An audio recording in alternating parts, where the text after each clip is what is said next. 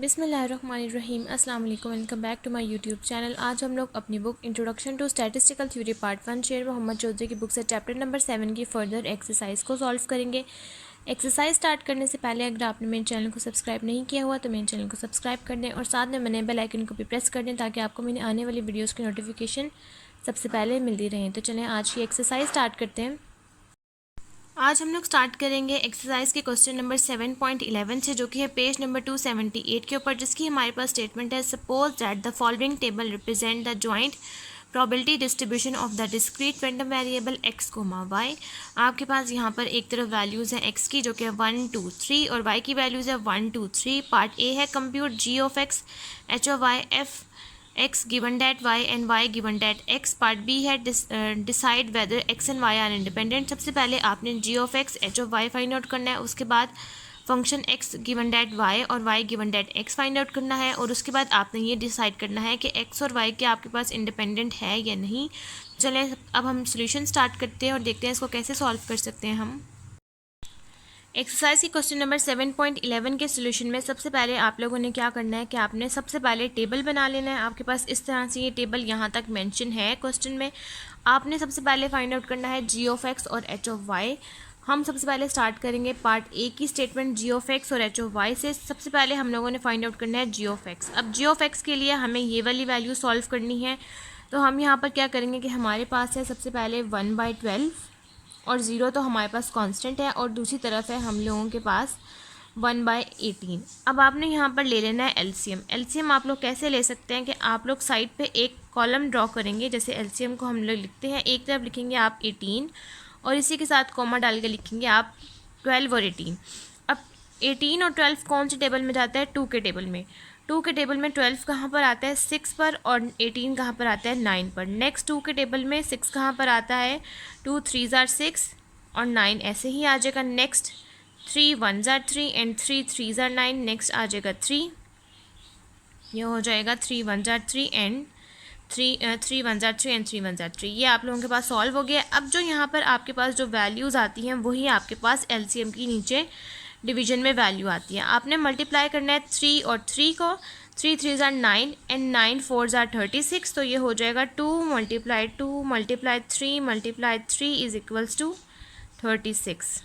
अब आपने यहाँ पर लिख देना है 36। अब आपने ये देखना है कि 12 के टेबल में 36 कहाँ पर आता है और 18 के टेबल में 36 कहाँ पर आता है। आपने कैलकुलेटर पर लिखना है 36 और उसको डिवाइड करना है 12 के साथ, क्योंकि सबसे पहले हमारे पास वैल्यू है 12, तो आपने 36 को डिवाइड करना है 12 के साथ, तो इसका आंसर आ गया 3। अब 3 के टेबल में आता है 12 3 are 36 होता है। अब आपने ये देखना है कि 36 के टेबल में 18 कहाँ पर आता है। आपने 36 को डिवाइड करना है 18 के साथ, तो आपके पास आंसर आ जाएगा 2। इसका मतलब है कि यहाँ पर आप लिखेंगे 3 और यहाँ पर लिखेंगे आप 2। अब 3 1 are 3 एंड 2 1 are 2, तो ये हो जाएगा आपके पास 5/36। आप यहाँ पर लिख देंगे 5/36, क्योंकि आप 0 को ऐड करें तब भी आपके पास आंसर सेम रहेगा। नेक्स्ट सेम इसी प्रोसीजर से आपने 1/6 1/9 और 1/4 को लिखना है और आप यहाँ पर 3 तरह से एलसीएम लिख लेंगे, 6 3 9 और 4। उसके बाद इसका भी एलसीएम ले लेंगे और इस तरह से आप लोग वैल्यूज़ को सॉल्व कर लेंगे और यहाँ पर आपके पास जी ऑफ एक्स और एच ऑफ वाई की वैल्यूज़ आ जाएंगी। अब नेक्स्ट आपने इस तरह से सारी वैल्यूज लिख लेनी है। सबसे पहले लिखना है 5/36, नेक्स्ट 19/36, 5/15, 3/12, 14/45 एंड 79/120। और इन सब वैल्यूज़ का आप लोग सम करेंगे तो आपके पास लाजमी 1 आना चाहिए या अप्रॉक्सीमेटली इक्वल्स टू 1 होना चाहिए। अब सबसे पहले उन्होंने हमें कहा था कि आपने जी ऑफ एक्स और एच ऑफ वाई को फाइंड आउट करने के बाद आपने सेपरेटली टेबल में लिख लेना है, तो हमने इस तरह से लिख लिया। अब नेक्स्ट हम लोगों ने फाइंड करना है function of x given that y. अब यहाँ पर इस केस का मतलब ये है कि आपके पास जो गिवन डैट में वैल्यू है, जैसे कि y की हम लोगों के पास वैल्यू है 1 2 3। अब सबसे पहले आपने y को रखना है 1 और फिर x की वैल्यूज़ को पुट करते जाना है और फिर आपने y को पुट करना है 2 और x की वैल्यूज़ को सॉल्व करना है और फिर y को रखना है 3 और फिर सॉल्व करना है x की सब वैल्यूज़ को। और ये याद रहे कि आपने उन वैल्यूज़ को लेना है कि आपके पास जो भी आप सॉल्व करें आपके पास आंसर आए 1। अगर आपके पास ये 1 से एक्सीड कर रहा होगा तो आप उस कंडीशन को लिख देंगे कि ये हम लोगों के पास सेटिस्फाई नहीं कर रहा। अब सबसे पहले आपने यहाँ पर क्या करना है कि आपने y को लेना है 1 के अकॉर्डिंग, तो ये हो जाएगा फंक्शन x गिवन डैट 1 इसका मतलब ये है कि अगर y हम लोगों के पास 1 है तो x की आपने हर वैल्यूज़ को पुट करना है 1 2 3। अब आपने यहाँ पर क्या करना है कि सबसे पहले आप x की फर्स्ट वैल्यू जो कि है 1, तो ये हो जाएगा function 1 given that 1 that is equals to function x comma y और h ऑफ 1। जो चीज़ आपके पास नीचे होती है यानी कि ये y है, y का ऑपोजिट हम लोगों के पास होता है h, और ये y की वैल्यू है 1 तो ये हो जाएगा h ऑफ 1। सबसे पहले आपने यहाँ पर x की वैल्यू पुट करनी है, वो भी 1 है, और y की वैल्यू भी 1 है, और h ऑफ 1 तो आपके पास है ही, तो ये हो जाएगा f1, 1 divided by h of 1।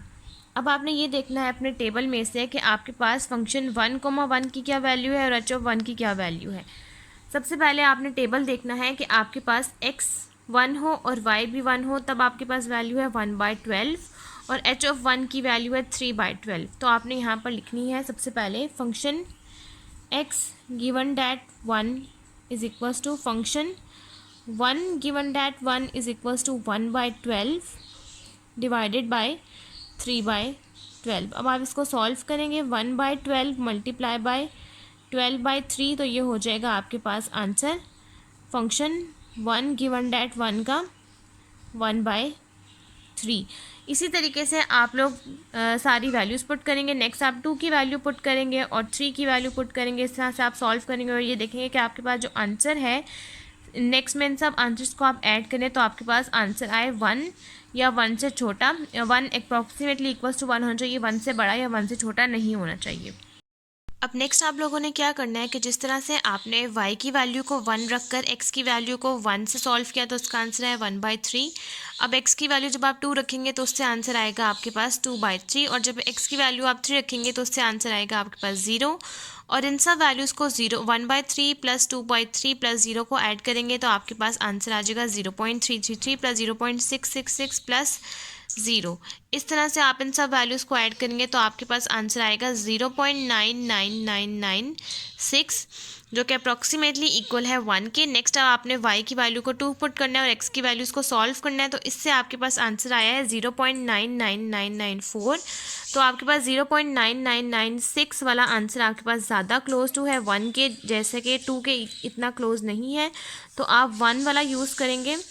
उसके बाद है y की वैल्यू को जब आप 3 रखेंगे, इस वैल्यूज़ को सॉल्व करेंगे तो आपके पास आंसर आएगा 1.15819, तो इसको आप लोग यूज़ नहीं कर सकते। तो इसका मतलब है कि कंडीशन नंबर 2 और कंडीशन नंबर 3 आपके पास सेटिस्फाई नहीं हुई, सिर्फ कंडीशन नंबर 1 सेटिस्फाई हुई है, क्योंकि आपने वो आंसर लिखना है किसी एक का जिसके आपके पास ज़्यादा आंसर अप्रॉक्सीमेटली इक्वल्स टू 1 के क्लोज आए। तो ये वाला ज़्यादा क्लोज है इसके मुकाबले में, तो आपने 2 और 3 को नहीं लिखना, सिर्फ इस तरह से आपने टेबल बना लेना है और आपने सिर्फ 1 का लिखना है, 1/3, 2/3 और 0। नेक्स्ट आपने function y given that x find out करना है, जिसमें आपने x की वैल्यू को 1 रखते हुए y की वैल्यूज़ 1 2 3 के जरिए से सॉल्व करनी है। और जब आपने इसको सॉल्व किया तो आपके पास आंसर आ गया इसका 1। जब आपने x की वैल्यू 2 रखी और y की वैल्यू इसको 1 2 3 से सॉल्व किया तो इसका आंसर है 1.3507। इसका मतलब है कि ये वाली कंडीशन आपके पास सेटिस्फाई नहीं हुई, और जब आप x इज इक्वल टू 3 से सॉल्व करेंगे तो उसका आंसर भी आपके पास आ गया है 1। अब आपके पास इस कंडीशन में 2 आंसर 1 आए हैं, एक 1 के साथ और एक 3 के साथ, जबकि आप लोगों ने जब y की वैल्यू को फिक्स किया 1 के साथ, यानी कि फंक्शन x गिवन डैट 1, तो उससे आपने y की वैल्यू की 1 रखते हुए आपके पास आंसर इक्वल आया 1। तो इसका मतलब है कि जब आपने y गिवन डैट x करना है तो आप इस 1 की कंडीशन को नहीं देखेंगे, क्योंकि 1 आप x वाले में ले चुके हैं, y वाले में ले चुके हैं, तो आप इस कंडीशन नंबर 3 को यूज़ करेंगे, जिससे आपका आंसर आया है 1। क्योंकि जब आपने function x given that y use किया था तब आपके पास आंसर आया था 1.15819। तो इसका मतलब है कि आप इसके opposite function y given that x का जिसका आंसर है 1, आप इसका आंसर यूज़ कर सकते हैं। अब नेक्स्ट में आपने टेबल भी इस x given that function y given that 3 के अकॉर्डिंग ही बनाना है, और इसका आंसर है 0, 0.6 और 0.4। बिल्कुल इस तरीके से आप लोगों ने टेबल बना लेना है फंक्शन y गिवन डैट 3 का, और इसकी वैल्यूज़ भी 1 के ज़रिए से आपके पास जो वैल्यू आई है आप वो लिख देंगे, 2 से आपके पास जो वैल्यू है 0.6 आप वो लिख देंगे, और 3 से आपके पास जो वैल्यू है 0.4 आप वो लिख देंगे। अब यहाँ तक आपके पास पार्ट ए सॉल्व हो गया। नेक्स्ट अब आपने सॉल्व करना है पार्ट बी, जिसकी आपके पास स्टेटमेंट है x and y are independent. क्या एक्स और वाई इंडिपेंडेंट है या नहीं? तो आपके पास ये इंडिपेंडेंट होने की फार्मूला ये है कि function x comma y is equal to g of x और एच ऑफ वाई, के फंक्शन एक्स कोमा वाई का आंसर और जी ऑफ एक्स और एच ऑफ वाई का अगर आपके पास सेम आ रहा हो तो इसका मतलब है कि ये इंडिपेंडेंट है, और अगर सेम ना आ रहा हो तो इसका मतलब है कि ये इंडिपेंडेंट नहीं है। सपोज करें कि आप एक्स की भी वैल्यू 1 पुट कर लें और वाई की भी वैल्यू 1 पुट कर लें, तो ये हो जाएगा function 1,1 is equal to g of 1 और एच ऑफ 1। अब आपने क्या करना है कि आपने अपने टेबल पर जाना है और ये देखना है कि फंक्शन 1,1 की क्या वैल्यू है, जी ऑफ 1 और एच ऑफ 1 की क्या वैल्यू है। तो चलिए अब हम लोग टेबल को देखते हैं। अब यहाँ पर आपने टेबल पे देखना है कि फंक्शन 1,1 पे आपके पास वैल्यू है 1/12, जी ऑफ 1 की वैल्यू है 5/36 और एच ऑफ 1 की वैल्यू है 3/12। अब आपने देखना है कि क्या आप 5/36 और 3/12 को मल्टीप्लाई करवाएं तो आपके पास आंसर 1/12 आता है या नहीं। अगर आता है तो ये इंडिपेंडेंट है, और अगर नहीं आता तो ये इंडिपेंडेंट नहीं है। अब यहाँ पर आपने फंक्शन 1,1 की वैल्यू पुट कर दी, जो कि है 1/12। आप लोग इसका एलसीएम डिवाइड कर लेंगे, पॉइंट फॉर्म में लिख लेंगे, तो आंसर आएगा 0.0833। और 5/36 और 3/12 को मल्टीप्लाई करवाएंगे तो आपके पास आंसर आ जाएगा 0.03472। तो ये दोनों आंसर इक्वल नहीं है, तो आप ये लिख देंगे यहाँ पर x and y are not independent. यहाँ तक आपके पास क्वेश्चन नंबर 7.11 सॉल्व हो गया। नेक्स्ट अब हम लोग सॉल्व करते हैं क्वेश्चन नंबर 7.12। नेक्स्ट अब हम लोगों ने सॉल्व करना है क्वेश्चन नंबर 7.11, जिसकी हमारे पास स्टेटमेंट है let x and y have the joint probability function given by part 1 है function x comma y is equal to x y divide by 66, x is equal to 245, y is equal to 123। Find the part 2 है function x comma y is equal to x y square by 30, x is equal to 123, y is equal to 12। Find the marginal probability function of x and y, find out if x and y are independent. मैं आपको सिर्फ part 1 solve करके दिखाऊंगी और part 2 आप लोग खुद solve करेंगे। मैं आपको सिर्फ बता दूंगी कि वो इंडिपेंडेंट है या नहीं, लेकिन आप इसको खुद सॉल्व करेंगे। मैं आपको सिर्फ पार्ट 1 सॉल्व करके दिखाऊंगी ताकि हम लोग ज़्यादा से ज़्यादा क्वेश्चंस को कवर कर सकें। तो चलिए हम लोग इसका सोल्यूशन स्टार्ट करते हैं। पार्ट 1 में सबसे पहले आपने क्या करना है कि इन्होंने हमें कहा हुआ है कि आपने फाइंड आउट करना है मार्जिनल्स। उसके बाद आपने ये बताना है कि क्या ये इंडिपेंडेंट है या नहीं। तो मार्जिनल्स के लिए हमें सबसे पहले चाहिए होता है जी ऑफ एक्स और एच ऑफ वाई। अब ये वाले क्वेश्चन हैं हम लोगों के पास डिस्क्रीट, क्योंकि ये आप लोगों के पास वैल्यूज़ कोमा फॉर्म में है, इंटरवल फॉर्म में नहीं है। जब इंटरवल फॉर्म में होगी तो ये कंटिन्यूस का केस होगा, लेकिन इस टाइम पे ये डिस्क्रीट का केस है।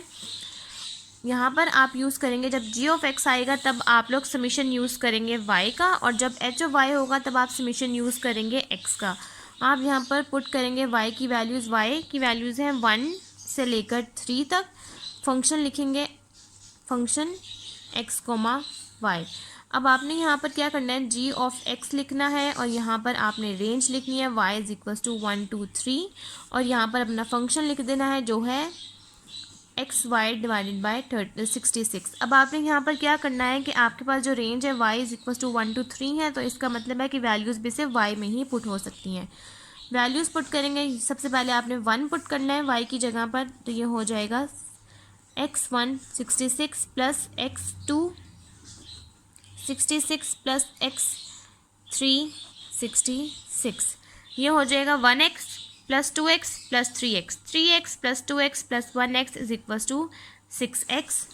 G of x is equal to 6x divided by 66। 6 के टेबल में 66 कहाँ पर जाता है, 6 1s are 6 and 6 11s are 66। तो इसका आंसर जी ऑफ एक्स का आपके पास आ गया है x/11। अब इसी तरह से आपने h of y find out कर लेना है। H of y is equals to summation x is equals to 2 4 और 5। आपके पास एक्स की वैल्यूज हैं 2 4 और 5, तो आप लिखेंगे 2 4 और 5। आप लोग यहाँ पर लिखेंगे function x comma y. H of y is equals to summation x is equals to 2 4, यहाँ पर लिख देंगे 5, और फंक्शन लिखेंगे वो है एक्स वाई डिवाइड बाय 66। अब जहाँ जहाँ पर अब आपके पास समीशन है एक्स का, तो जहाँ जहाँ एक्स है आपने सिर्फ वो वाली वैल्यूज़ पुट करनी। सबसे पहले आप पुट करेंगे 2y by 66 plus 4y divided by 66 plus 5y divided by 66। 5y plus 4y is equals to 9y, 9y plus 2y is equals to 11y by 66। तो एच ऑफ वाई का आपके पास answer आ जाएगा 11y divided by 66। Part two जो भी है इसका 7.12 का, वो भी आप सेम मेथड से ही करेंगे, सिर्फ आपके पास जो x की वैल्यूज़ और y की वैल्यूज़ और फंक्शन है वो सिर्फ डिफरेंट हो जाएगा, सेम प्रोसीजर यही है। अब 11 के टेबल में ये देखना है कि 66 कहाँ पर जाता है, 11 1s are 11 and 11 6s are 66। तो एच ऑफ वाई का आपके पास आंसर आ गया है y बाई 6। अब आपने यहाँ पर क्या करना है कि इंडिपेंडेंट होने का फार्मूला ये है कि function x, y is equals to g of x और h ऑफ y हो। तो आपके पास यहाँ पर फंक्शन क्या है, function x, y x y divided by 66। अब आपने यहाँ पर क्या करना है कि जी ऑफ एक्स का आपके पास जो आंसर आया आपने वो लिखना है, जो कि है एक्स डिवाइडेड बाई 11, और एच ऑफ वाई का आपके पास 11 है, वाई बाई 6 आपने यहाँ पर वो लिखना है। अब आपने इसको मल्टीप्लाई करवाना है और देखना है कि क्या आपके पास एक्स वाई बाई 66 आ रहा है। तो ये आपके पास एक्स वाई बाई 66 ही आ रहा है, क्योंकि एक्स और वाई को मल्टीप्लाई करवाएंगे तो ये हो जाएगा एक्स वाई, और 6 और 11 आर 66। तो ये इसका मतलब ये है कि आपके पास x और y इंडिपेंडेंट है। आप यहाँ पर मेंशन कर देंगे x and y are independent. और सेकंड पार्ट भी आप लोग इसी सेम प्रोसीजर से फाइंड आउट करेंगे। सबसे पहले आप g of x find out करेंगे और देन उसके बाद h ऑफ y, और उसके बाद आप इंडिपेंडेंट शो करने के लिए फंक्शन x, y लिखेंगे। g ऑफ x का आपके पास जो आंसर आएगा वो लिखेंगे, h ऑफ y का जो आंसर आएगा वो लिखेंगे। आप इन दोनों को सॉल्व करेंगे और उसका आंसर भी आपके पास इक्वल आएगा। और मैंने यहाँ पर सिर्फ यहाँ पर लिख दिया है कि पार्ट टू भी जब आप इसको सॉल्व करेंगे तो वो x और y भी आपके पास इंडिपेंडेंट होगा। सॉल्व आप इसको खुद करेंगे ताकि आपकी ज़्यादा से ज़्यादा प्रैक्टिस हो सके। नेक्स्ट अब हम लोग सॉल्व करते हैं 7.13 के पार्ट बी का सोल्यूशन। नेक्स्ट हम लोगों के पास 7.13 के पार्ट ए की स्टेटमेंट है, what is a joint probability density function, how does a marginal probability function differ from a conditional probability function. इसका लिंक मैं आपको डिस्क्रिप्शन बॉक्स में दे दूंगी। अब हम इसको सॉल्व करते हैं पार्ट बी, जिसकी हमारे पास स्टेटमेंट है, given the joint probability density function x f x comma y is equal to 3xy, x plus y 0, x is less than equal to 1 and 0, x less than equal to y less than equal to 1 is equal to 0, elsewhere find the marginal and conditional PDFs। ये PDFs है आपके पास, ठीक है। जब आपके पास PDFs की बात आएगी तो इसका मतलब है कि ये कंडीशनल का केस है, और जब आपके पास इस तरह से रेंज आ जाएगी तो एग्जैक्टली ये आपके पास कंटिन्यूस का ही केस है। तो चलिए अब हम लोग इसका सोल्यूशन फाइंड आउट करते हैं। क्वेश्चन नंबर 7.13 के पार्ट बी के सोल्यूशन में सबसे पहले आपने क्या करना है कि इन्होंने आपको जो क्वेश्चन में स्टेटमेंट दी है वो इन्होंने आपको एक सीक्वेंस वाइज में नहीं दी हुई, सिर्फ आपको सिंपल डाटा दिया है, आपने उसको सीक्वेंस वाइज में करना है। इसके भी आपको नंबर मिलते हैं। जैसे कि आप लोगों के पास क्वेश्चन में कुछ क्वेश्चन में ऐसा लिखा हुआ होता है, function x comma y is equal to 3xy, x plus y 0, x is less than equal to 1 and 0, x is y is less than equal to 1 is equal to 0 elsewhere. उसी तरह से आप यहाँ पर इस तरह से लिखेंगे, इसके भी आपको मार्क्स मिलते हैं। और नेक्स्ट आप लोगों ने सबसे पहले फाइंड आउट करना है मार्जिनल। तो सबसे पहले अब हम लोग मार्जिनल फाइंड आउट कर लेते हैं। अब सबसे पहले आप लोगों ने फाइंड आउट करना है मार्जिनल्स। उसके लिए आप लोग यहाँ पर लिखेंगे जी ऑफ एक्स। जब आप लोग जी ऑफ एक्स लिखते हैं तो कंटिन्यूस में आप लोग वाई का इंटेग्रल लेंगे, और जब एच ऑफ वाई लिखेंगे तब आप लोग एक्स का इंटेग्रल यूज़ करेंगे। अब आप यहाँ पर लिखेंगे इंटेग्रल, एक्स की वैल्यूज़ हैं 0 से लेकर 1 तक, तो आप 0 नीचे लिखेंगे, 1 ऊपर लिखेंगे। Function F x comma y. अब आप यहाँ पर जब जी ऑफ एक्स लिखेंगे और इंटेग्रल भी आप वाई का यूज़ करेंगे तो आप लोग यहाँ पर लिखेंगे डी वाई, और जब एच ऑफ वाई यूज़ करेंगे तब आपके पास यहाँ पर एक्स का इंटेग्रल आएगा और यहाँ पर डी एक्स आ जाएगा। नेक्स्ट अब आपने यहाँ पर लिखना है G of X is equals to integral 0 to 1। Function आपके पास क्वेश्चन में मेंशन है जो कि है 3xy, x plus y d y. अब आपने 3xy को x प्लस वाई के साथ मल्टीप्लाई करना है और देन डी वाई के साथ इसका डेरिवेटिव ले लेना है। तो ये आपके पास हो जाएगा 0 to 1 3x² y plus 3xy² d y. Next जब आप इसका y के साथ डेरिवेटिव ले लेंगे तो ये हो जाएगा g of x is equals to 3x² y² by 2 plus 3xy³ by 3, और आपके पास लिमिट है 1 और 0। नेक्स्ट जहाँ जहाँ y है वहाँ वहाँ आप जो लिमिट है 1 और 0 उसको पुट कर देंगे, और ये 3 से कैंसिल आउट हो जाएगा, ये 1 हो जाएगा। नेक्स्ट अब आप लोग लिखेंगे g of x is equal to 3/2 x² 1 square minus 0 square plus x 1 cube minus 0 cube. आप इसको सॉल्व करेंगे तो ये आपके पास जी ऑफ एक्स का आंसर आ जाएगा 3/2 एक्स स्क्वायर प्लस एक्स। ये आपके पास जी ऑफ एक्स का आंसर आ गया। नेक्स्ट इसी मेथड से आप लोग एच ऑफ वाई भी फाइंड आउट कर लेंगे। जी ऑफ एक्स का आपके पास आंसर आया है 3/2 एक्स स्क्वायर प्लस एक्स। और इसी तरह से आपने जब एच ऑफ वाई को फाइंड आउट किया तो सेम प्रोसीजर से सिंपल आपने क्या करना है कि एच ऑफ वाई में यहाँ इंटेग्रल आ जाएगा एक्स का, और डी ऑफ एक्स डेरिवेटिव आप लोग डी ऑफ एक्स से ले लेंगे। आप इसको सॉल्व करेंगे और एच ऑफ वाई का आपके पास आंसर आ जाएगा वाई प्लस 3y²/2। नेक्स्ट अब आप लोगों ने सॉल्व करना है कंडीशनल पीडीएफ। उसके लिए हम लोगों के पास होता है function x given that y and function y given that x. सबसे पहले आप लोग सॉल्व कर लेंगे function x given that y, जिसका हमारे पास फार्मूला होता है function x comma y is divide by h of y, जिसमें सबसे पहले आप यहाँ पर लिखेंगे फंक्शन जो आपके पास क्वेश्चन में मेंशन है, जो कि है 3xy एक्स प्लस वाई, और यहाँ पर आप लिखेंगे एच ऑफ वाई का आंसर जो कि है आपके पास y प्लस 3y²/2। अब यहाँ से आप लोग क्या करेंगे कि y जहाँ जहाँ है वहाँ वहाँ आप लिख देंगे टेकिंग y कॉमन, और जहाँ जहाँ y है आप वहाँ पे y कॉमन ले लेंगे taking y common.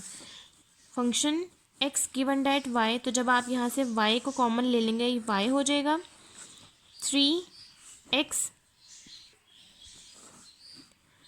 X plus Y divided by y 1 + 3y/2, और ये y इस y से कैंसिल आउट हो जाएगा। तो सिंपल आपके पास function x given that y का आंसर आ जाएगा 3x x plus Y divided by 1 + 3y/2। Next इसी तरह से आप लोग function y given that x find out कर लेंगे, जिसका फार्मूला है function fx, y divided by g of x। अब आप यहाँ पर अपना फंक्शन लिखेंगे 3xy एक्स प्लस वाई, और यहाँ पर आप लोग लिख लेंगे g ऑफ x का आंसर जो आपके पास आया है 3x²/2 प्लस x। अब इस वाले स्टेप में आपने y कॉमन लिया, अब यहाँ पर से आप x कॉमन ले लेंगे। आप यहाँ पर लिखेंगे taking x common function y given that x is equals to x common ले लेंगे, ये हो जाएगा 3y x plus Y divided by x 3x/2 plus 1। ये x इस x से कैंसिल आउट हो जाएगा और आपके पास function y given that x का आंसर आ जाएगा 3y x plus Y divided by 3x/2 plus 1। यहाँ तक आपके पास क्वेश्चन नंबर 7.13 भी कंप्लीट हो गया। नेक्स्ट अब हम लोग सॉल्व करते हैं क्वेश्चन नंबर 7.14। नेक्स्ट अब हम लोगों ने सॉल्व करना है क्वेश्चन नंबर 7.14, जिसकी हमारे पास स्टेटमेंट है suppose a joint probability density function of x, y given by function x, y is equal to x² + 1/3 xy 0 is less than equals to x less than equals to 1, 0 is less than equals to y less than equals to 2 and 0 elsewhere. Part A है check that -∞ to ∞, -∞ to ∞ f x, y dx dy is equals to 1। Part 1 में आपने इसको check करना है कि क्या आपके पास इस फंक्शन को सॉल्व करें तो आंसर 1 आता है या नहीं। और पार्ट बी में आपने क्या करना है compute part 1 probability x is greater than 1/2, probability y is less than x। Third part है probability x plus Y is greater than 1 and probability y is less than 1/2 given that x is less than 1/2। तो चलिए अब हम इसका solution start करते हैं और इन सब पार्ट्स को सॉल्व करते हैं। अब क्वेश्चन नंबर 7.14 के सोल्यूशन में सबसे पहले आपने क्या करना है कि आपने अरेंज करके सीक्वेंस में, जिससे मैंने आपको सिखाया हुआ function f(x, y is equal to x² + 1/3 xy, आपने इस तरह से फंक्शन लिखना है। यहाँ पर आप लोग लिमिट्स लिखेंगे और यहाँ पर लिखेंगे 0 एल्सवेयर। अब यहाँ से आप लोगों ने स्टार्ट करना है। आप लोगों ने फर्स्ट पार्ट में क्या करना है कि आप लोगों ने इसका फंक्शन लिखना है, इंटेग्रल लिखने हैं और dx dy डेरिवेटिव्स लेने हैं और ये देखना है कि क्या इसका आंसर 1 आ रहा है या नहीं। तो यहाँ पर आप लोग लिखेंगे सबसे पहले x का इंटेग्रल जो कि है 0 से लेकर 1 तक, सेकंड में y का इंटेग्रल जो कि है 0 से लेकर 2 तक। यहाँ पर आप फंक्शन लिखेंगे जो कि है x² + 1/3 xy, यहाँ पर लिखेंगे dx dy और ये देखना है कि क्या इसका आंसर 1 आ रहा है या नहीं। सबसे पहले आपने यहाँ पर इंटेग्रल हमारे पास बड़ा है y का, सबसे पहले आप डेरिवेटिव ले लेंगे y dy से, उसके बाद आप इंटेग्रल की भी वैल्यूज़ y यूज़ करेंगे और आप सेकंड में यूज़ कर लेंगे डेरिवेटिव x का, और y x की ही वैल्यूज़ का आप लोग लिमिट्स पुट कर देंगे और देखेंगे कि इसका आंसर 1 आ रहा है या नहीं। तो ये पूरा कंप्लीट करके फिर मैं आपको दिखाती हूँ। सबसे पहले आपने डी वाई का डेरिवेटिव लेना है और ये आपके पास फॉर्म आ जाएगी x square y plus 1/3 x y square by 2, और ये 3 और 2 मल्टीप्लाई होकर 6 हो जाएगा। नेक्स्ट आप जहाँ जहाँ वाई है वहाँ वहाँ लिमिट पुट कर देंगे 2 और 0, और आपके पास आंसर आ जाएगा यहाँ तक 2x² बाई 2x/3 dx। अब यहाँ के बाद आपने x का डेरिवेटिव लेना है, तो ये हो जाएगा 3x³ by 3 plus 2x² by ये 3, और जब आप डेरिवेटिव लेंगे तो ये 2 हो जाएगा, 3 2 ज़ार 6 कटिंग हो जाएगी और आपके पास इसका आंसर आ जाएगा 2 + 1/3, 3 और 3 हो जाएगा। तो इसका आंसर है, इसका मतलब है कि आपके पास 1 प्रूव हो गया है, सेटिस्फाई हो गया है पार्ट ए। अब आपने सॉल्व करना है पार्ट बी, जिसके पार्ट 1 की स्टेटमेंट है probability x is greater than 1/2, कि आपके पास जो रेंज है x की वो 0.5 से लेकर ग्रेटर होनी चाहिए। तो आपके पास जो x की रेंज है वो है 0 is less than equals to x less than equals to 1। तो इन्होंने कहा हुआ है कि 0.5 से स्टार्ट करनी है और 0.5 से जहाँ तक भी आपके पास है, तो इसका मतलब है कि 0.5 से लेकर 1 तक आपने यूज़ करनी है। तो x की रेंज आपके पास यहाँ पर हो जाएगी 0.5 से लेकर 1 तक, और y की रेंज आपके पास सेम ही रहेगी। अब आपने यहाँ पर क्या करना है कि आपने इंटेग्रल लिखना है, यहाँ पर लिखना है 0.5, 1/2 होता है 0.5, और यहाँ पर लिखेंगे 1, और यहाँ पर लिखेंगे y की रेंज जो कि है 0 और 2। यहाँ पर आप लोग अपना फंक्शन लिखेंगे जो आपके पास क्वेश्चन में मेंशन है, x² प्लस 1/3 xy। अब आपके पास लिमिट यहाँ पर एक y की बड़ी है और x की छोटी है, तो अब आप यहाँ पर डेरिवेटिव पहले dy अप्लाई करेंगे देन dx। अब ये पूरा कंप्लीट करके फिर मैं आपको दिखाती हूँ। अब पार्ट बी में आपने सबसे पहले डी वाई का डेरिवेटिव लेना है, तो आपके पास सेम वही स्टेप आएगा, और जब आप 2 और 0 की लिमिट पुट करेंगे तो यहाँ तक आपके पास आंसर बिल्कुल यहाँ तक बिल्कुल सेम आएगा। यहाँ पर सब आपने सिर्फ क्या करना है कि आपके पास यहाँ पर लिमिट चेंज हो जाएंगी, यहाँ पर आ जाएगा 1 और यहाँ पर आ जाएगा 0.5। अब यहाँ पर जहाँ जहाँ x है वहाँ पर आपने 1 और 0.5 की लिमिट पुट करनी है और इसको सॉल्व कर लेना है। और जब आप इसको सॉल्व करेंगे तो आपके पास probability x is greater than 0.5 का आंसर आ जाएगा 0.83329। अब सेकंड पार्ट आपने सॉल्व करना है, जिसकी आपके पास स्टेटमेंट है probability y is less than x। y is less than x का मतलब है कि आपके पास जो y की जो रेंज है वो है 0 is less than y less than equals to 2। तो लेस देन x का मतलब है कि आपके पास जो 0 से रेंज स्टार्ट हो रही है, आपने इसको 0 से लेकर x तक लेकर जाना है। तो अब आप लोग यहाँ पर अपनी लिमिट लिखेंगे, आपके पास x की लिमिट वही रहेगी 0 और 1, y की लिमिट चेंज हो जाएगी 0 और यहाँ x आ जाएगा। बाकी आपके पास function same as it is रहेगा, और dy और dx का फंक्शन भी आप वैसे ही लिखेंगे। x² plus 1/3 xy। सबसे पहले आप लोग सबसे पहले आप लोग डेरिवेटिव लेंगे dy का, नेक्स्ट आप लोग लेंगे dx का। सबसे पहले आप लोगों ने यहाँ पर क्या करना है कि आप लोग dy का डेरिवेटिव लेंगे, लिमिट पुट करेंगे, और उसके बाद dx का डेरिवेटिव लेंगे, उसके बाद लिमिट पुट करेंगे। सबसे पहले आपने यहाँ पर dy का डेरिवेटिव लिया, ये हो जाएगा x² y plus 1/3 xy² by 2, और ये 3 और 2 मल्टीप्लाई होकर 6 बन जाएगा। यहाँ पर आपने y की लिमिट पुट करनी है x माइनस 0, और यहाँ पर भी y की लिमिट पुट करनी है जो हो जाएगा x² माइनस 0²। अब आपने यहाँ पर क्या करना है कि इस x² और इस x को मल्टीप्लाई करवाना है, x में से 0 को माइनस करें तो आपके पास x ही आएगा। ये हो जाएगा लिमिट 0 से लेकर 1 तक, x² multiply x is equal to x³ plus ये हो जाएगा x² और ये हो जाएगा x³ बाई 6। अब यहाँ पर आप लोग ले लेंगे dx का डेरिवेटिव। जब आप लोग यहाँ पर डेरिवेटिव लेंगे dx का, तो ये हो जाएगा x4/4 प्लस x4/4, और ये 6 और 4 मल्टीप्लाई होकर 24 हो जाएगा, और इसकी लिमिट है 0 और 1। उसके बाद जहाँ जहाँ पर x है वहाँ वहाँ आप 1 और 0 पुट करेंगे। ये हो जाएगा 1/4, 1 की पावर 4 माइनस 0 की पावर 4 प्लस 1/6, 4 ज़ार 24। आप इसको बाहर लिख लें, ये हो जाएगा 1/4 माइनस 0 की पावर 4। अब ये हो जाएगा आपके पास 1/4 प्लस 1/24। यहाँ से अब आप लोग इसका एलसीएम ले लेंगे, या फिर आप इसको पॉइंट फॉर्म में लिख लें। इसका आंसर आ जाएगा 0.25, और 1/24 को जब आप डिवाइड करेंगे तो इसका आंसर आ जाएगा प्लस 0.04166। और जब आप इसको सॉल्व करेंगे तो आपके पास probability y is less than x का आंसर आ जाएगा 0.29166। यहाँ तक आपके पास पार्ट 2 भी सॉल्व हो गया। नेक्स्ट अब हम लोग इसका पार्ट 3 सॉल्व करते हैं। अब नेक्स्ट आपने इसका थर्ड पार्ट सॉल्व करना है, जिसकी आपके पास स्टेटमेंट है probability x plus Y is greater than 1। आपके पास x की वैल्यू और y की वैल्यू दोनों 1 से ग्रेटर होनी चाहिए। जो आपके पास y की रेंज है वो है 0 से लेकर 2 तक, तो वो तो 1 से ग्रेटर है। लेकिन जो x की रेंज है वो 0 से लेकर 1 है, तो वो 1 से ग्रेटर नहीं है। तो इसका मतलब है कि हम इसको ऑपोजिट कर देंगे, इसको लेस कर देंगे, ताकि ये दोनों कंडीशंस हम लोगों के पास सेटिस्फाई हो जाए। अब इसको लेस करने की कंडीशन क्या है कि आप लिखेंगे probability x plus Y is greater than 1 is equal to 1 minus probability x plus y. जब आप 1 में से माइनस करेंगे तो ये ग्रेटर हो जाएगा लेस देन 1।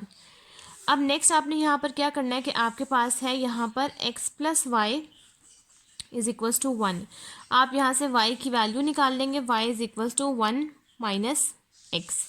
अब नेक्स्ट आपने यहाँ पर क्या करना है कि x की रेंज आपकी 0 से लेकर 1 तक ही रहेगी। जो दूसरी आपके पास रेंज है वो 0 से लेकर 1 माइनस x हो जाएगी। यहाँ आप लोग अपना फंक्शन लिखेंगे जो कि है 1x² plus 1/3xy dy then dx। सबसे पहले आप dy का डेरिवेटिव ले लेंगे, 1 माइनस एक्स और 0 पुट कर देंगे, इसको 1 में से आप माइनस करेंगे। उसके बाद आप dx का डेरिवेटिव ले लेंगे और उसके बाद आपके पास जो लिमिट है आप वो पुट करेंगे और 1 में से इसको माइनस कर देंगे और आपके पास probability x plus Y is greater than 1 का फुल आंसर आ जाएगा। अब ये पूरा कंप्लीट करके फिर मैं आपको दिखाती हूँ।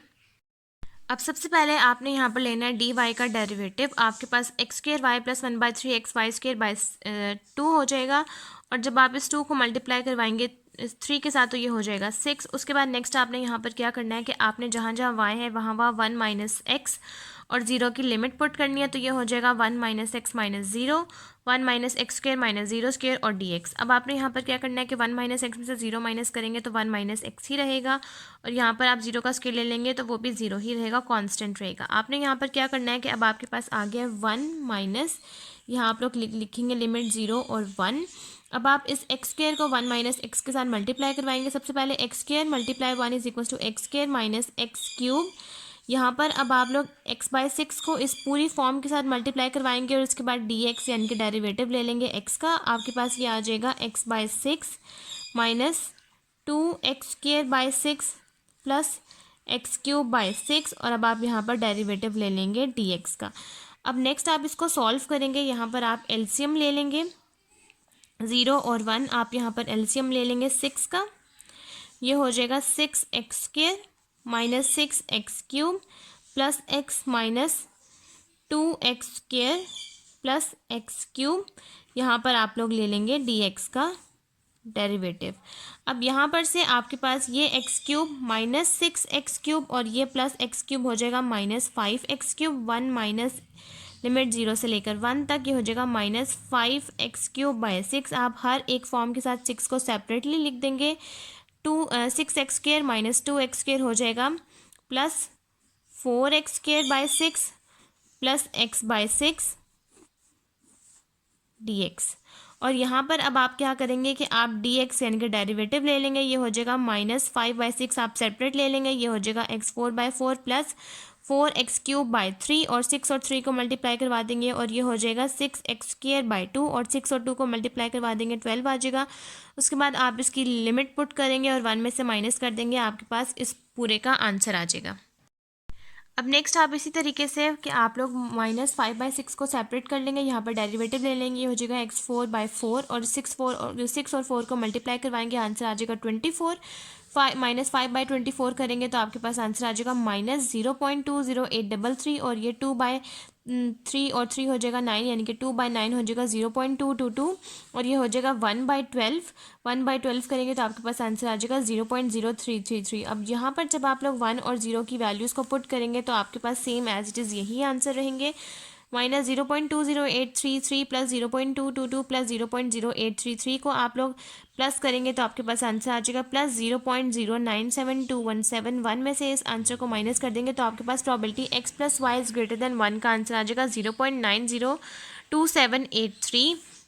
यहाँ तक आपके पास थर्ड पार्ट सॉल्व हो गया। नेक्स्ट अब हम लोगों ने सॉल्व करना है फोर्थ पार्ट, जिसकी हमारे पास स्टेटमेंट है probability y is less than 1/2 given that x is less than 1/2, जो कि हम लोगों ने सॉल्व करना है। तो इसकी हम लोगों के पास फॉर्म आ जाती है probability y is less than 1/2 and x is less than 1/2 and probability x is less than 1/2।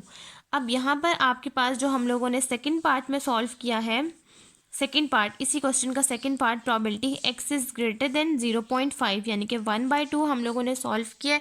उसका आंसर हमारे पास है, जो आप लोगों ने इसी क्वेश्चन का फर्स्ट पार्ट जो सॉल्व किया है, probability x is greater than 0.5, उसका आंसर है 0.83329।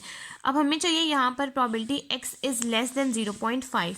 अब आपने यहाँ पर क्या करना है कि हमारे पास आंसर है ग्रेटर का और हमें चाहिए लेस, तो आपने 1 में से जो आपके पास probability x is greater than 0.5 का आंसर आया है, आपने यहाँ पर 1 में से 0.83329 को माइनस कर देना है, तो आपके पास probability x is less than 0.5 का आंसर आ जाएगा और वो आंसर आप वहाँ पर पुट कर देंगे।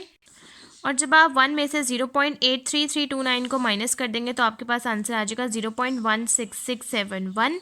आप यहाँ पर डिवाइड में सिर्फ ये जस्ट वैल्यू पुट कर देंगे। अब हमने इसका फर्स्ट पार्ट सॉल्व करना है, जो कि है probability y is less than 1/2 and x is less than 1/2। हमने ये चीज़ सॉल्व करनी है। और सेकंड वाली चीज़ हम लोगों के पास है डिनोमिनेटर वाली, हमें सिर्फ न्यूमिनेटर वाला चाहिए।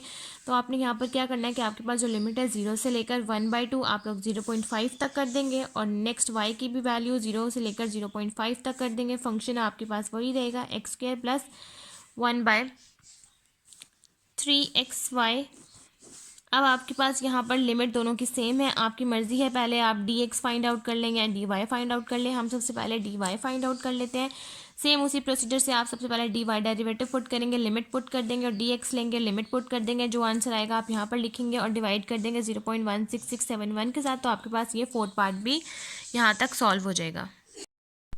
नेक्स्ट अब आप लोगों ने यहाँ पर क्या करना है कि आपने dy का डेरिवेटिव लेना है, यहाँ पर लिमिट पुट करेंगे, आपके पास यहाँ तक फॉर्म आ जाएगी 0.5x² प्लस 0.04166x। उसके बाद आपने यहाँ पर dx का डेरिवेटिव लेना है और x की लिमिट पुट कर देनी है।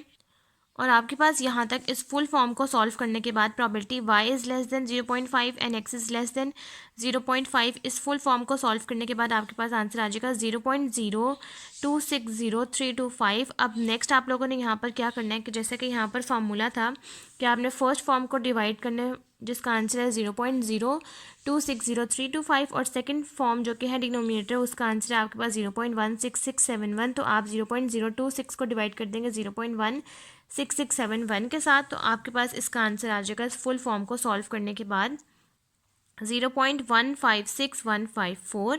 यहाँ तक आपके पास क्वेश्चन नंबर 7.14 कंप्लीट हो गया। नेक्स्ट अब हम लोग सॉल्व करते हैं क्वेश्चन नंबर 7.15।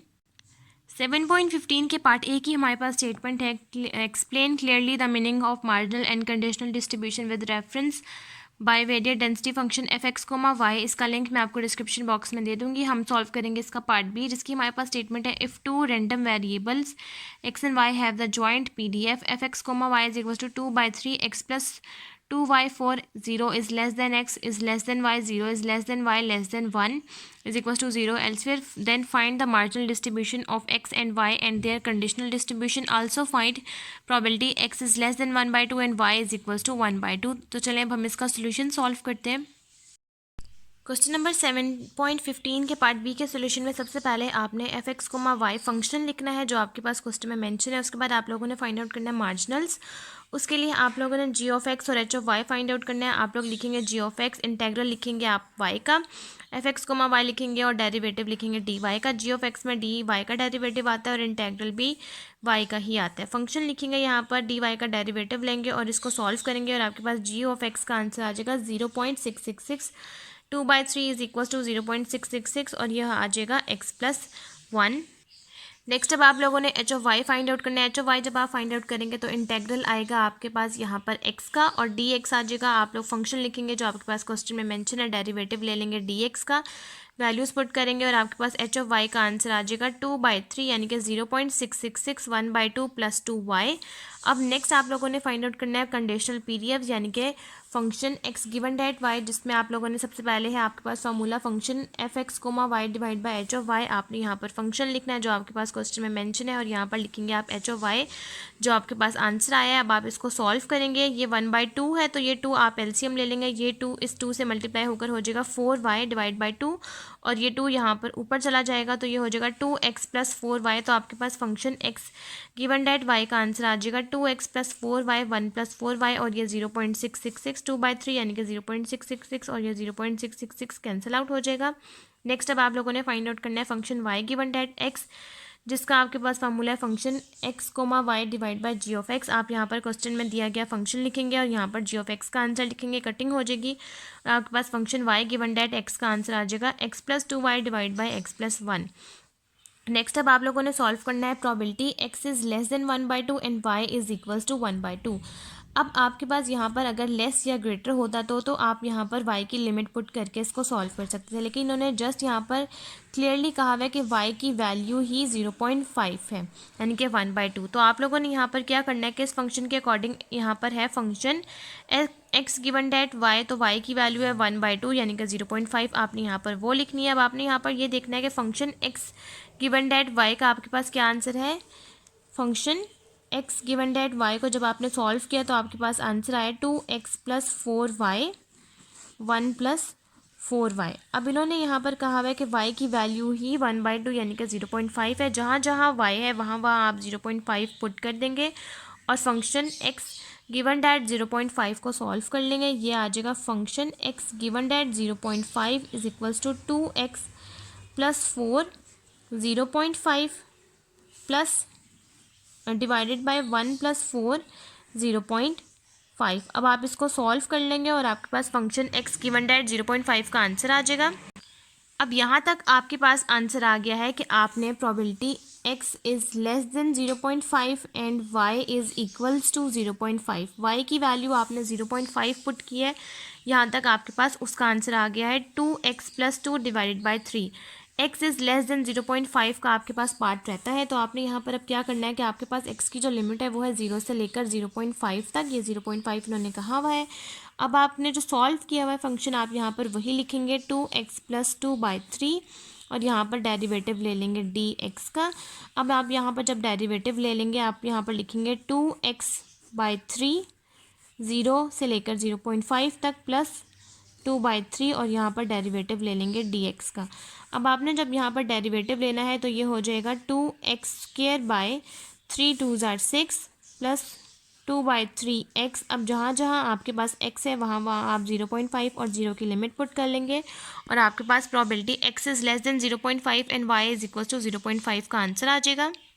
अब आप इसको सॉल्व करेंगे और आपके पास probability x is less than 0.5 and y is equal to 0.5 का आंसर आ जाएगा 0.416633, और यहाँ तक आपके पास 7.15 का भी आंसर सॉल्व हो गया है। और आज की वीडियो भी हमारी यहीं तक कंप्लीट होती है। अगर आपको मेरी वीडियो अच्छी लगे तो मेरी वीडियो को लाइक करें, शेयर करें, मेरे चैनल को सब्सक्राइब करें और साथ में बने बेल आइकन को भी प्रेस करें ताकि आपको मेरी आने वाली वीडियोज़ की नोटिफिकेशन सबसे पहले मिलती रहें। आज की वीडियो के लिए थैंक यू। अल्लाह हाफिज़।